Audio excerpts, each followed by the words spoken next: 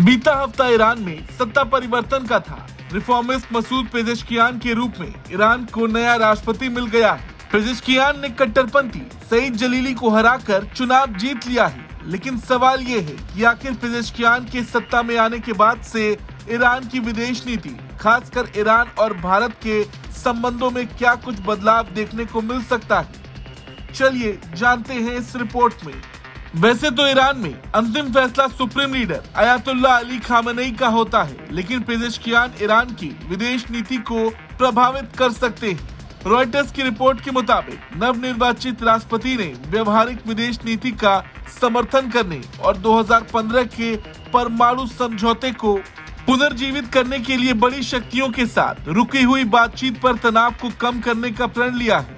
ऐसे में उम्मीद यही जताई जा रही कि आने वाले वक्त में पश्चिमी देशों से ईरान के संबंधों में जरूर कुछ बदलाव देखने को मिलेगा। लेकिन अगर बात करें भारत की, तो भारत और ईरान के संबंध कई दशकों से अच्छे रहे हैं। दोनों देशों के बीच व्यापार और कनेक्टिविटी भी तेहरान और नई दिल्ली के संबंधों को परिभाषित करती है। बल्कि चीन, संयुक्त अरब अमीरात, इराक और तुर्की के अलावा भारत ईरान के सबसे बड़े ट्रेड पार्टनर्स में से एक है।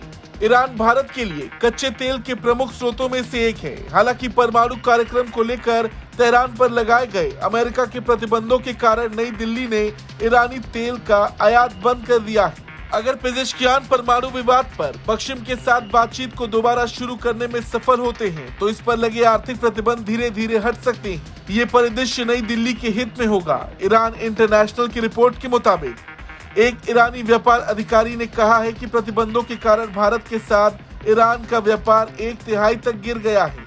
एक साल पहले की तुलना में 2023 में दोनों देशों के बीच व्यापार 26% कम हो गया। भारत के वाणिज्य एवं उद्योग मंत्रालय के मुताबिक पिछले साल व्यापार 1.836 बिलियन डॉलर था, जो 2022 में 2.499 बिलियन डॉलर था। वहीं अगर दोनों देशों के बीच कनेक्टिविटी प्रोजेक्ट्स को लेकर अगर बात की जाए, तो मई में भारत ने ईरान के रणनीतिक चाबहार बंदरगाह के विकास और संचालन के लिए 10 साल के समझौते पर हस्ताक्षर किए थे। अमेरिका के प्रतिबंधों के खतरों के बावजूद नई दिल्ली ने इस परियोजना का समर्थन किया। ये बंदरगाह भारत के लिए व्यापारिक दृष्टिकोण से बेहद महत्वपूर्ण है, क्योंकि ये प्रतिद्वंदी पाकिस्तान को बाईपास करते हुए अफगानिस्तान और मध्य एशियाई देशों के साथ व्यापार संबंधों को मजबूत करने के लिए एक वैकल्पिक मार्ग प्रदान करता है।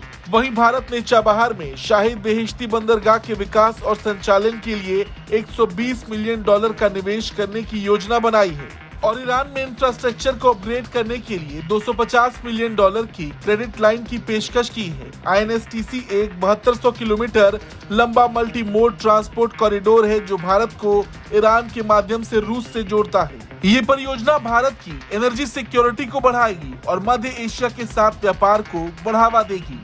वहीं पेजेश्कियान से भारत के साथ संबंधों को मजबूत करने की उम्मीद भी जताई जा रही है। इधर पीएम मोदी ने भी जीत पर पेजेश्कियान को बधाई दी थी। उन्होंने एक्स पर लिखा था, ईरान के राष्ट्रपति के रूप में आपके चुनाव पर बधाई। अपने लोगों और क्षेत्र के लाभ के लिए अपने दीर्घकालिक द्विपक्षीय संबंधों को और मजबूत करने के लिए आपके साथ मिलकर काम करने को उत्सुक हूँ।